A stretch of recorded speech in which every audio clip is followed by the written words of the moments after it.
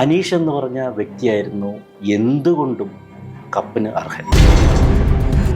പരിപൂർണമായി എനിക്ക് മനസ്സിലാക്കാൻ കഴിഞ്ഞു ഒന്നാം തരം ഫേക്ക് പേഴ്സൺ ആണ് അനുമോൾ എന്നുള്ളതാണ്. മറ്റേ കാര്യം പറഞ്ഞു ഇതിപ്പോൾ ഗെയിമിന് വേണ്ടി ജനങ്ങളെ കൈയെടുക്കാൻ വേണ്ടി ചെയ്ത നാടകമാണ്. ശരിക്കും നല്ലൊരു അഭിനേത്രിയാണ് ജീവിതത്തിൽ. 16 ലക്ഷം രൂപ ഒരിക്കലും കൊടുത്തിട്ട് ഒരാൾ പിന്നെ അങ്ങനെ PR ചെയ്യിപ്പിക്കും. ഇപ്പോഴും ഇറങ്ങിയതിന് ശേഷമുള്ള ആ കുട്ടി കൂടുതൽ നമ്മൾ വ്യക്തമായി മനസ്സിലാക്കിയപ്പോൾ ഉറപ്പായിട്ട് കൊടുത്തു കാണും. കാരണം അപ്പോൾ ഫസ്റ്റ് ഓഫ് ഓൾ ഡയറക്റ്റ് ഞാൻ ചോദിക്കുകയാണ്, ബിഗ് ബോസ് സീസൺ 7 ഫൈനലും ഗ്രാൻഡ് ഫിനാലും ഒക്കെ കഴിഞ്ഞു, അനുമോളാണ് വിന്നർ ആയത്. ആ ഒരു വിന്നർ പ്രതീക്ഷിച്ചിരുന്നു അങ്ങനെ ഒരു കാര്യം? ഒരിക്കലും പ്രതീക്ഷിച്ചിരുന്നില്ല, ഇല്ലായിരുന്നു. പിന്നെ നമുക്ക് ബിഗ് ബോസ് എന്താണെന്ന് അറിയാവുന്ന ഒരാളാണ്. കാരണം ഞാൻ 3rd സീസണിൽ പോയിരുന്നു, 5th ചലഞ്ചറായിട്ട് പോയി. അപ്പോൾ നമുക്ക് എന്താണ് അവിടെ നടക്കുന്നതും കാര്യങ്ങളും ബിഗ് ബോസിൻ്റെ ഏകദേശം ഒരു സ്ട്രാറ്റജി എന്താണെന്ന് അറിയാം. കാരണം അനീഷ് എന്ന് പറഞ്ഞ വ്യക്തിയായിരുന്നു എന്തുകൊണ്ടും കപ്പിന് അർഹൻ. പുള്ളി ഡിസർവിങ് ആയിട്ടുള്ള ഒരു പക്ക കണ്ടസ്റ്റൻ്റ് ആയിരുന്നു ഈ 7th.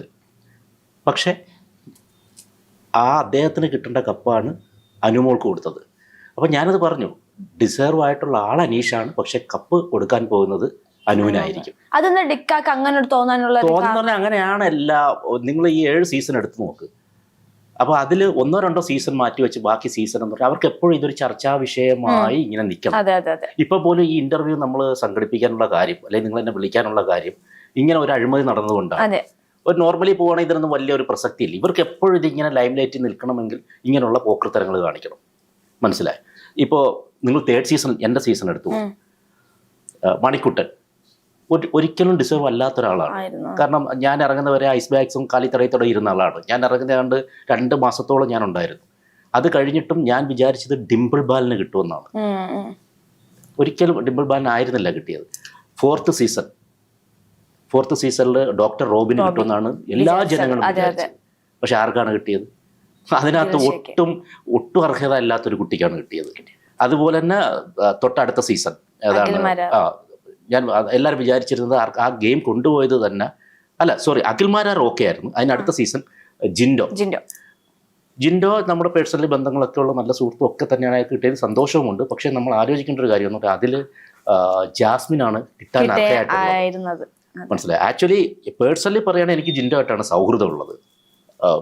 ജാസ്മിനായിട്ട് ഒരു സൗഹൃദമില്ല. പക്ഷേ നമ്മൾ സൗഹൃദം വെച്ചല്ല അത് കാണേണ്ടത്.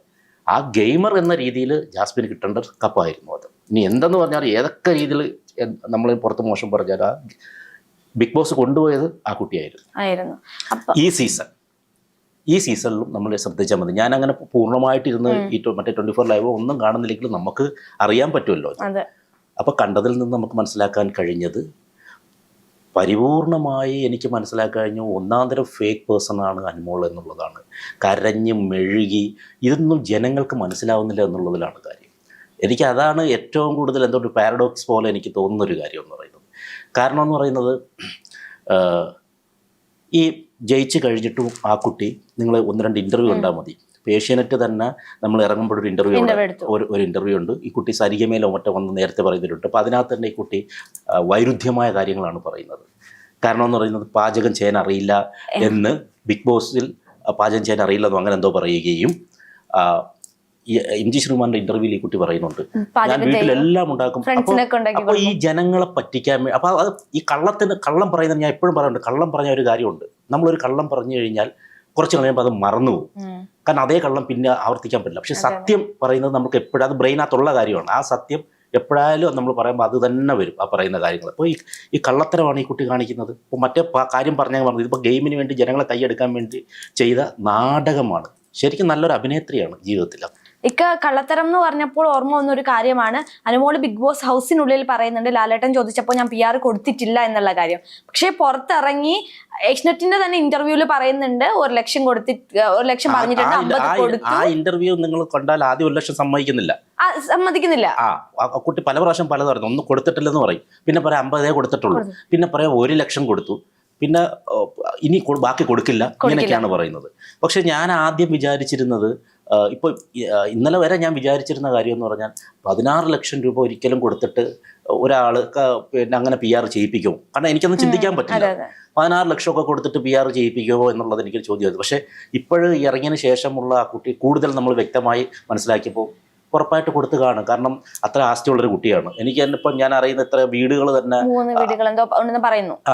ഇപ്പം അങ്ങനെ ഞാൻ കേട്ടിരുന്നു. പിന്നെ അതുപോലെ തന്നെ അത്യാവശ്യം നല്ല രീതിയിൽ തന്നെ PR ആൾക്കാരെ വിളിച്ചിട്ട് ഒരു നല്ലൊരു ട്രീറ്റ് നടത്തിയതായിട്ട് നമ്മൾ അറിയുന്നു. അപ്പോൾ ഇതൊക്കെ വെച്ചിട്ട് അപ്പൊ ഇങ്ങനെ ഒരു കപ്പ് കിട്ടിയിട്ട് എന്താണ്